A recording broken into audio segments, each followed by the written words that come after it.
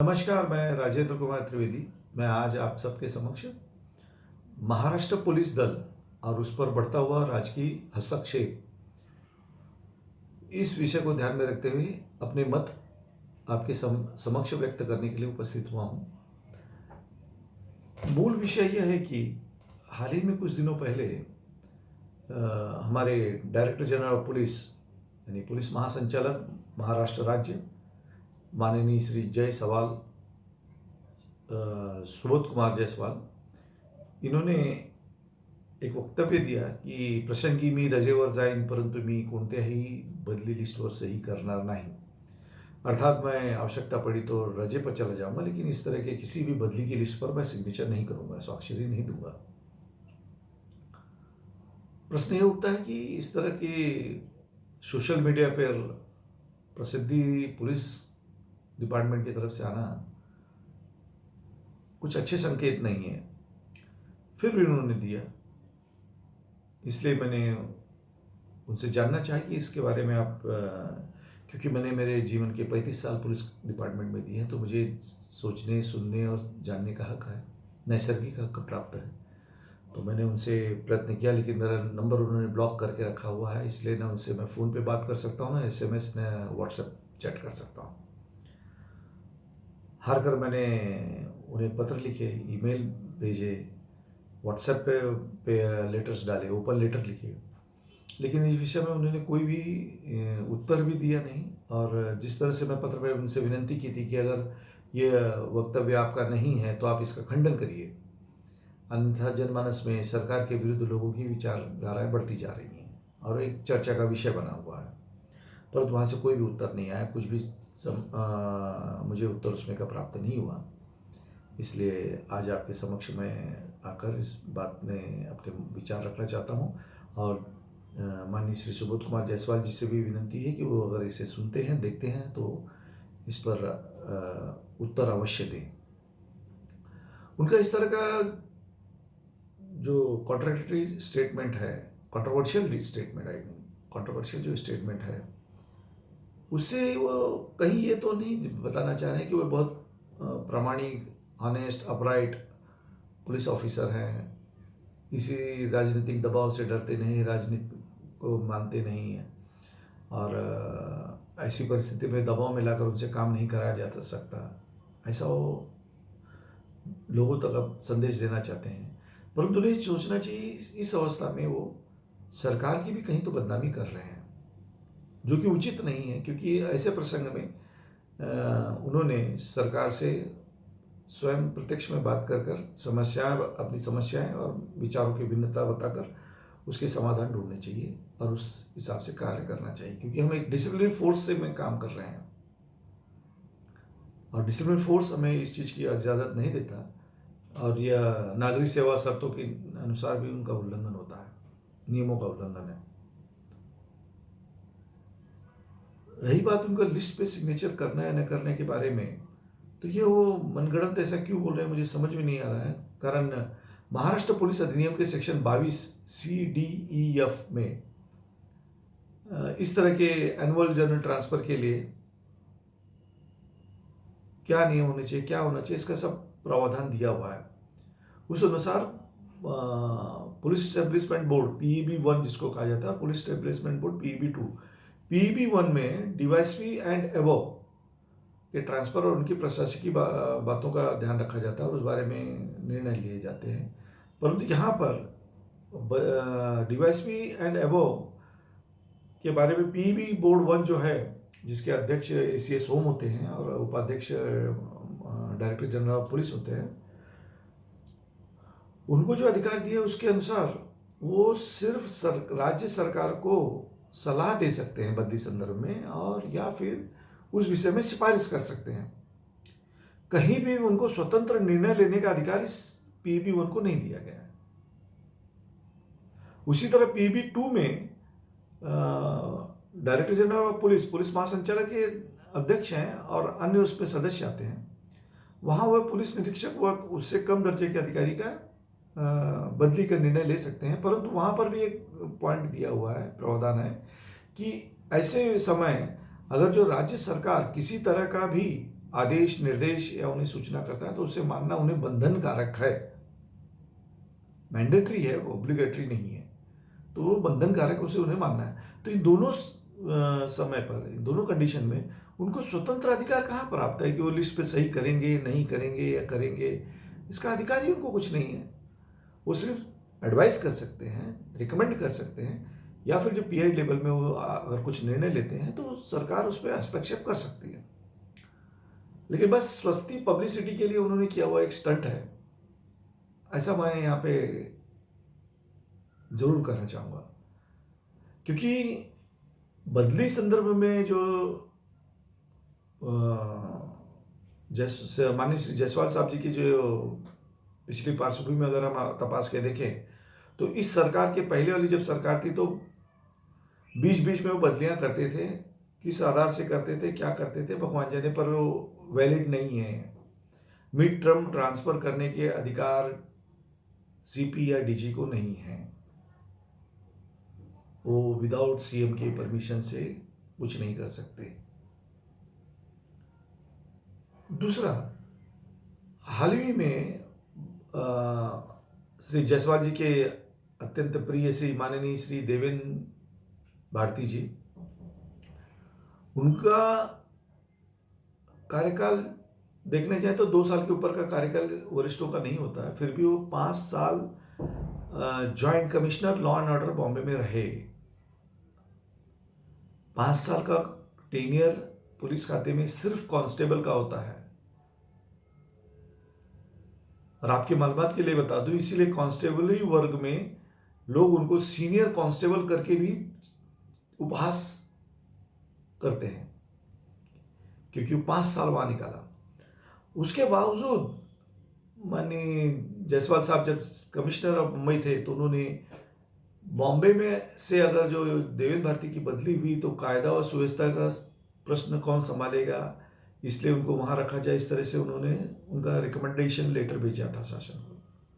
ये कौन सा कायदा है? इस समय कोई कायदा लगाया नहीं गया। यहां पर आपकी नैतिकता कहीं दिखाई नहीं पड़ी। कल उसके बाद जब देवेंद्र भारती बदली हो गए तो क्या कायदा सुव्यवस्था का प्रॉब्लम पुलिस ने सॉल्व नहीं किया, या उनके आने के पहले सॉल्व नहीं होता था? उसी तरह जब वो एटीएस में गए बॉम्बे से तो देवेंद्र भारती जी ने अपना एक पूरा गट जो उन्होंने ग्रुप बना के रखा है, मतलब पुलिस को 2 भागों में बांट दिया है, एक देवेंद्र भारती साहब की मर्जी के और दूसरे जो देवेंद्र भारती साहब की मर्जी के नहीं है। तो ऐसे चुने हुए 12 लोगों का उन लोगों ने उस समय के तत्कालीन सीपी बर्वे साहब के कोई भी सिफारिश न लेते हुए direct director general of police जो सुबोध कुमार जायसवाल जी को अर्ज किया, एप्लीकेशन दिया। और सुबोध कुमार जायसवाल जी ने क्या किया, पुलिस कमिश्नर से कुछ भी न पूछते हुए या उसकी सिफारिश लेते हुए, न कुछ न लेते हुए, डायरेक्ट उनको एटीएस के लिए बदली कर दिया। ये किस नियम में आता है? आपको इंटर डिस्ट्रिक्ट ट्रांसफर के अधिकार मिड टर्म में किसने दिए?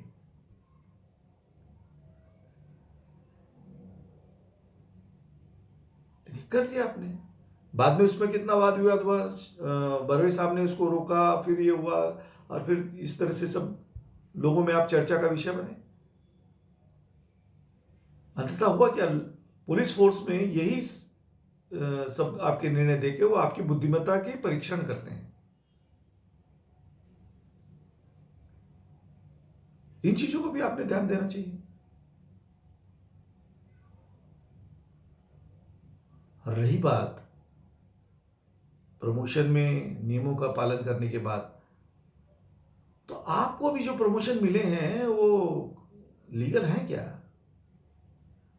क्योंकि मेरी मालूमात के हिसाब से मेरे पास जो कागज पत्र उपलब्ध है इस वक्त, सब कागज पत्र में लेके जो बैठा हूं, तेलगी स्टैम्प घोटाला प्रकरण में उस समय विशेष मौका न्यायालय पुणे, इन्होंने आपके ऊपर स्ट्रिक्चर पास किए हैं कि आपने मौका के आरोपियों को मदद की। जिनको अरेस्ट करना था उनको विटनेस बनाया, और उस केस में तत्कालीन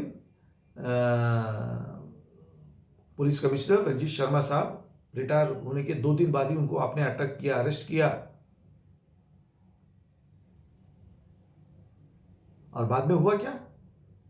कोर्ट ने क्लियर कट उसमें लिखा है कि बिना कारण इन रंजीत शर्मा जी को ट्रायल के लिए मजबूर किया गया और उनको डिस्चार्ज किया गया उसमें से, और आपके ऊपर स्ट्रिक्चर पास किए गए। अगर आप सही थे तो आपने रंजीत शर्मा जी का जो डिस्चार्ज का ऑर्डर था उसको चैलेंज क्यों नहीं किया अपर कोर्ट में? नहीं, उसको नहीं किया आपने चैलेंज किया जो आपको स्ट्रिक्चर पास हुआ था उसको चैलेंज किया, और उसमें एड इंटरिम आपको मिला। एड इंटरिम मतलब वो स्ट्रिक्चर एक्सपंज नहीं हो गए। और जब इस तरह के आपके ऊपर स्ट्रिक्चर है तो आपको प्रमोशन किस कानून के तहत दिया गया? आपने किसी भी प्रमोशन के समय यह चीज कमेटी के सामने, यह सरकार ने के द्वारा ये आपने डिक्लेयर ही नहीं किया कि आपके ऊपर यह प्रकरण प्रलंबित है, पेंडिंग है, अन्यथा आपको प्रमोशन नहीं मिलता। प्रमोशन ही नहीं, आपने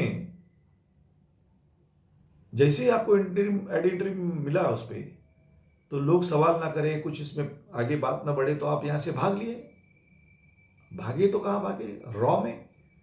इस तरह के स्ट्रिक्चर होते हुए आदमी रॉ में सेलेक्ट हो सकता है, तो आपने अपने प्रभाव का इस्तेमाल नहीं किया।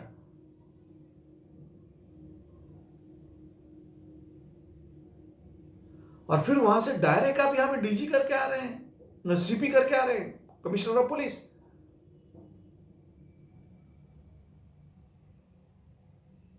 फिर उसके बाद में आप जब डीजी बन रहे हैं तो Prakash Singh versus union of India, उसके अंदर जो कोर्ट ने ऑर्डर दिया है उसके अनुसार आपकी सिलेक्शन हुआ है क्या डीजी का? नहीं। और नहीं आपका वहां पे जो डिटेल गया उसमें कहीं भी लिखा है कि आपके ऊपर प्रकरण प्रलंबित है या पेंडिंग है आपके ऊपर? नहीं। क्यों? और अधिकारियों का तो उसमें दिया हुआ है कि उनके ऊपर क्या प्रकरण प्रलंबित है। आपका क्यों नहीं दिया गया? नहीं दिया गया तो आपको बताना चाहिए कि आपके ऊपर ये प्रकरण प्रलंबित है। ये भी नागरिक सेवा शर्तों के अंतर्गत आता है, लेकिन आपने नहीं बताया, आप लेते गए पोस्टिंग्स। तब आपकी प्रामाणिकता कहां गई थी? नैतिकता कहां गई थी? जाहिर तो करिए वो लिस्ट कौन सी है जिसमें ऐसे अधिकारियों का नाम लिखा है जिसको आप सही नहीं करना चाहते। मैं दावे के साथ कह सकता हूं उसमें एक भी ऑफिसर नहीं होगा जिसके ऊपर इस तरह के मौका के स्ट्रक्चर पास होंगे। उस स्ट्रक्चर की वजह से आप मौका के सेक्शन 24 तहत आरोपों के घेरे में, और जब तक वो एक्सपंज नहीं होते तब तक हमें दुख है कि इस तरह के आरोप के घेरे में जो व्यक्ति है वो हमारा डीजी है। क्या न्याय देगा वो हमको? डिक्लेयर करिए। और मैं गारंटी से कहता हूं इस लिस्ट में जिस भी किसी ऑफिसर का नाम होगा उसके ऊपर जिस तरह का आपके ऊपर कलंक है किसी के ऊपर नहीं होगा, क्योंकि आप तो सर्टिफाइड हैं। कोर्ट ने सर्टिफाई किया, कोर्ट ने कहा है ये तो सरकार की मेहरबानी आप पे गुनाह नहीं दाखिल किया है उन्होंने।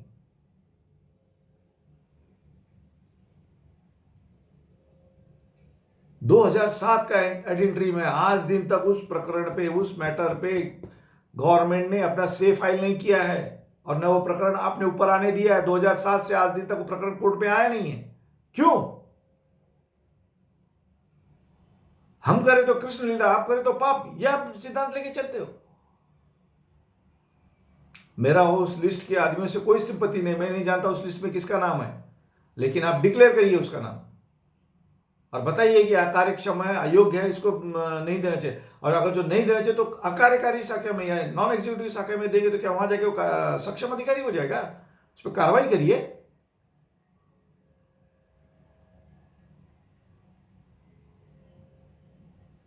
गट्स लगता है सर ऐसी चीजों को बोलने के लिए। खुलकर बोलिए कौन है वो अधिकारी जो अक्षम है।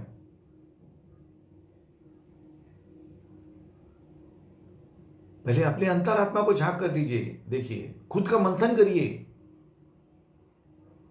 ये नहीं कि इस तरह से कोई भी एक बयान दे दो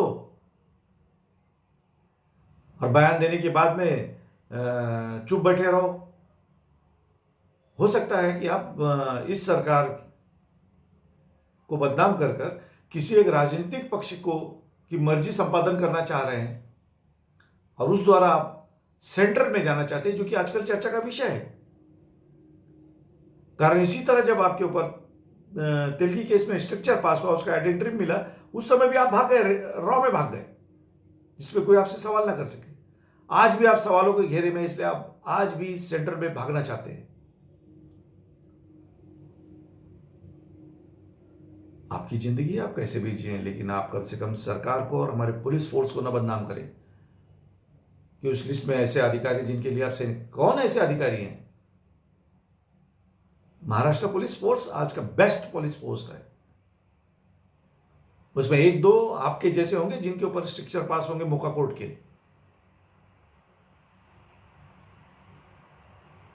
और वो स्ट्रक्चर प्रशासकीय कार्रवाई नहीं, लीगल कार्रवाई के लिए बंधनकारक है। आपसे यही विनंती है, आपके बदन पर जो कलंक है इसको जल्दी से जल्दी मिटा लें। माननीय उच्च न्यायालय में जाकर इसको एक्सपेडाइट कर जल्दी से जल्दी इसको खत्म करें, वरना यह कलंक आपको पूरी जिंदगी आपको तकलीफ देगा।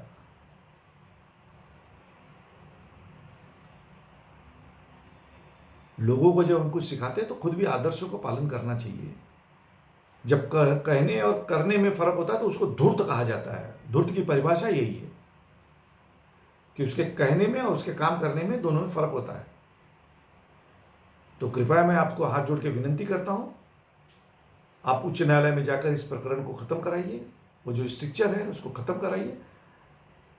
और सरकार से विनंती करता हूं कि सरकार ने भी कोर्ट में एप्लीकेशन कर मैटर को ऊपर लाइए, और जब तक इस मैटर का निर्णय नहीं होता है, माननीय सुबोध कुमार जायसवाल जी के पावर्स को फ्रीज किया जाए। अन्यथा उनके विरुद्ध में अगर कुछ आदेश आया तो इनके दरमियान कार्यकाल में जो भी इन्होंने डिसीजन लिए उसका क्या होगा? सब नल एंड वॉइड हो जाएंगे। तो सरकार से भी यही विनंती है, और फिर एक बार विनंती करता हूं जायसवाल जी, ऐसी कोई लिस्ट है तो आप उसको जरूर सार्वजनिक करें, और अगर जो आपने इस तरह से कुछ नहीं कहा है तो इसका आप खंडन भी करें। धन्यवाद, नमस्कार।